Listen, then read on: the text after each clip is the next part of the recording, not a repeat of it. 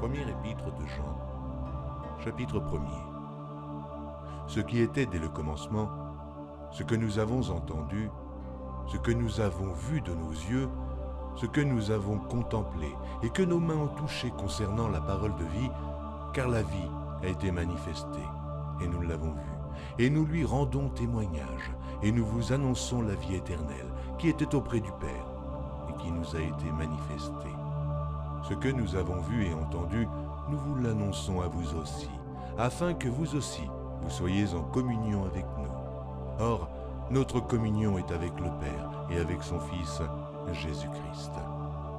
Et nous écrivons ces choses afin que notre joie soit parfaite. La nouvelle que nous avons apprise de lui et que nous vous annonçons, c'est que Dieu est lumière, qu'il n'y a point en lui de ténèbres. Si nous disons que nous sommes en communion avec lui et que nous marchions dans les ténèbres, nous mentons et nous ne pratiquons pas la vérité. Mais si nous marchons dans la lumière, comme il est lui-même dans la lumière, nous sommes mutuellement en communion et le sang de Jésus, son Fils, nous purifie de tout péché. Si nous disons que nous n'avons pas de péché, nous nous séduisons nous-mêmes et la vérité n'est point en nous. Si nous confessons nos péchés, il est fidèle et juste pour nous les pardonner et pour nous purifier de toute iniquité. Si nous disons que nous n'avons pas péché, nous le faisons menteur, et sa parole n'est point en nous. Mes petits enfants, je vous écris ces choses afin que vous ne péchiez point. Et si quelqu'un a péché, nous avons un avocat auprès du Père, Jésus-Christ, le juste. Il est lui-même une victime expiatoire pour nos péchés, non seulement pour les nôtres, mais aussi pour ceux du monde entier. Si nous gardons ses commandements, par là nous savons que nous l'avons connu. Celui qui dit « je l'ai connu » et qui ne garde pas ses commandements est un menteur, et la vérité n'est point en lui. Mais celui qui garde sa parole, l'amour de Dieu est véritablement parfait en lui. Par là, nous savons que nous sommes en lui. Celui qui dit qu'il demeure en lui doit marcher aussi comme il a marché lui-même. Bien-aimés, ce n'est pas un commandement nouveau que je vous écris, mais un commandement ancien, que vous avez eu dès le commencement. Ce commandement ancien, c'est la parole que vous avez entendue. Toutefois, c'est un commandement nouveau que je vous écris. Ce qui est vrai en lui et en vous, car les ténèbres se dissipent, et la lumière véritable paraît déjà. Celui qui dit qu'il est dans la lumière et qui est son frère est encore dans les ténèbres. Celui qui aime son frère demeure dans la lumière, et aucune occasion de chute n'est en lui. Mais celui qui est son frère est dans les ténèbres.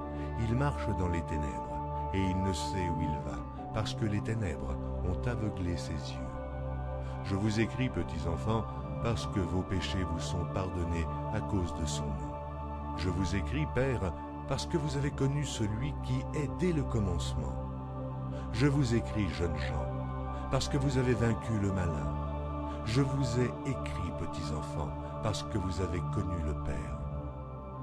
Je vous ai écrit, Père, parce que vous avez connu celui qui est dès le commencement. Je vous ai écrit, jeunes gens, parce que vous êtes forts et que la parole de Dieu demeure en vous et que vous avez vaincu le malin. N'aimez point le monde, ni les choses qui sont dans le monde. Si quelqu'un aime le monde, l'amour du Père n'est point en lui. Car tout ce qui est dans le monde, la convoitise de la chair, la convoitise des yeux et l'orgueil de la vie, ne vient point du Père, mais vient du monde. Et le monde passe, et sa convoitise aussi. Mais celui qui fait la volonté de Dieu demeure éternellement. Petits enfants, c'est la dernière heure. Et comme vous avez appris qu'un antéchrist vient, il y a maintenant plusieurs antéchrists. Par là, nous connaissons que c'est la dernière heure. Ils sont sortis du milieu de nous, mais ils n'étaient pas des nôtres. Car s'ils eussent été des nôtres, ils seraient demeurés avec nous. Mais cela est arrivé afin qu'il fût manifeste que tous ne sont pas des nôtres. Pour vous, vous avez reçu l'onction de la part de celui qui est saint, et vous avez tous de la connaissance. Je vous ai écrit, non que vous ne connaissiez pas la vérité, mais parce que vous la connaissez, et parce que qu'aucun mensonge ne vient de la vérité. Qui est menteur, Sinon, celui qui nie que Jésus est le Christ, celui-là est l'Antéchrist, qui nie le Père et le Fils. Quiconque nie le Fils n'a point non plus le Père. Quiconque confesse le Fils a aussi le Père. Que ce que vous avez entendu dès le commencement demeure en vous. Si ce que vous avez entendu dès le commencement demeure en vous, vous demeurerez aussi dans le Fils et dans le Père. Et la promesse qu'il nous a faite, c'est la vie éternelle. Je vous ai écrit ces choses au sujet de ceux qui vous égarent. Pour vous, l'onction que vous avez reçue de lui demeure en vous, et vous n'avez pas besoin qu'on vous enseigne. Mais comme son onction vous enseigne toutes choses, et qu'elle est véritable, et qu'elle n'est point un mensonge, demeurez en lui, selon les enseignements qu'elle vous a donnés.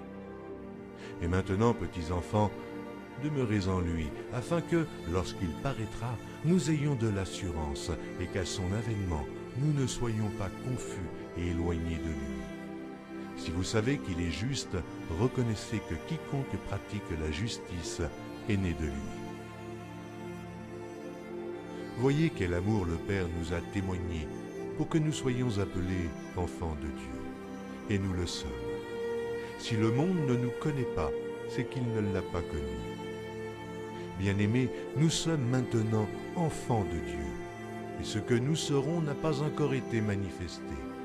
Mais nous savons que, lorsque cela sera manifesté, nous serons semblables à lui, parce que nous le verrons tel qu'il est. Quiconque a cette espérance en lui se purifie, comme lui-même est pur. Quiconque pêche transgresse la loi, et le péché est la transgression de la loi. Or, vous le savez, Jésus a paru pour ôter les péchés. Il n'y a point en lui de péché. Quiconque demeure en lui ne pêche point. Quiconque pêche ne l'a pas vu et ne l'a pas connu. Petits enfants, que personne ne vous séduise. Celui qui pratique la justice est juste, comme lui-même est juste. Celui qui pêche est du diable. Et le diable pêche dès le commencement. Le Fils de Dieu apparut afin de détruire les œuvres du diable. Quiconque est né de Dieu ne pratique pas le péché, parce que la semence de Dieu demeure en lui, et il ne peut pécher, parce qu'il est né de Dieu. C'est par là que se feront reconnaître les enfants de Dieu et les enfants du diable. Quiconque ne pratique pas la justice n'est pas de Dieu, non plus que celui qui n'aime pas son frère. Car ce qui vous a été annoncé est ce que vous avez entendu dès le commencement. C'est que nous devons nous aimer les uns les autres et ne pas ressembler à Caïn, qui était du malin et qui tua son frère. Et pourquoi le tua-t-il ? Parce que ses œuvres étaient mauvaises et que celles de son frère étaient justes. Ne vous étonnez pas, frères, si le monde vous hait. Nous savons que nous sommes passés de la mort à la vie, parce que nous aimons les frères. Celui qui n'aime pas demeure dans la mort. Quiconque hait son frère est un meurtrier. Et vous savez qu'aucun meurtrier n'a la vie éternelle demeurant en lui. Nous avons connu l'amour en ce qu'il a donné sa vie pour nous. Nous aussi, nous devons donner notre vie pour les frères. Si quelqu'un possède les biens du monde et que, voyant son frère dans le besoin, il lui ferme ses entrailles, comment l'amour de Dieu demeure-t-il en lui? Petits enfants, n'aimons pas en parole et avec la langue, mais en action et avec vérité. Par là, nous connaîtrons que nous sommes de la vérité et nous rassurerons nos cœurs devant lui. Car si notre cœur nous condamne, Dieu est plus grand que notre cœur et il connaît toutes choses. Bien-aimés, si notre cœur ne nous condamne pas, nous avons de l'assurance devant Dieu. Quoi que ce soit que nous demandions, nous le recevons de lui, parce que nous gardons ses commandements et que nous faisons ce qui lui est agréable. Et c'est ici son commandement, que nous croyions au nom de son Fils Jésus-Christ, et que nous nous aimions les uns les autres selon le commandement qu'il nous a donné. Celui qui garde ses commandements demeure en Dieu, et Dieu en lui. Et nous connaissons qu'il demeure en nous par l'Esprit qu'il nous a donné. Bien-aimés, n'ajoutez pas foi à tout esprit, mais éprouvez les esprits pour savoir s'ils sont de Dieu. Car plusieurs faux prophètes sont venus dans le monde. Reconnaissez à ceci l'Esprit de Dieu. Tout esprit qui confesse Jésus-Christ venu en chair est de Dieu. Et tout esprit qui ne confesse pas Jésus n'est pas de Dieu.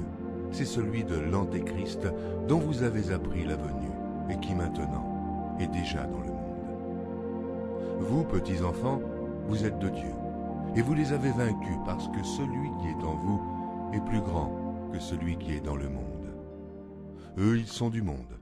C'est pourquoi ils parlent d'après le monde et le monde les écoute. Nous sommes de Dieu. Celui qui connaît Dieu nous écoute. Celui qui n'est pas de Dieu ne nous écoute pas. C'est par là que nous connaissons l'esprit de la vérité et l'esprit de l'erreur. Bien-aimés, aimons-nous les uns les autres, car l'amour est de Dieu, et quiconque aime est né de Dieu et connaît Dieu. Celui qui n'aime pas n'a pas connu Dieu, car Dieu est amour. L'amour de Dieu a été manifesté envers nous en ce que Dieu a envoyé son Fils unique dans le monde, afin que nous vivions par lui. Et cet amour consiste non point en ce que nous avons aimé Dieu, mais en ce qu'il nous a aimés et a envoyé son Fils comme victime expiatoire pour nos péchés. Bien-aimés, si Dieu nous a ainsi aimés, nous devons aussi nous aimer les uns les autres. Personne n'a jamais vu Dieu. Si nous nous aimons les uns les autres, Dieu demeure en nous et son amour est parfait en nous. Nous connaissons que nous demeurons en lui et qu'il demeure en nous, en ce qu'il nous a donné de son esprit. Et nous avons vu et nous attestons que le Père a envoyé le Fils comme sauveur.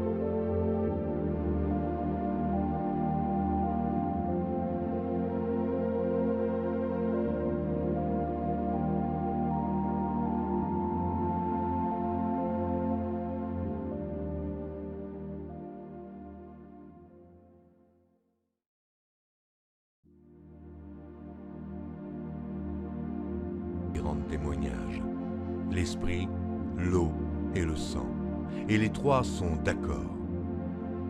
Si nous recevons le témoignage des hommes, le témoignage de Dieu est plus grand, car le témoignage de Dieu consiste en ce qu'il a rendu témoignage à son Fils.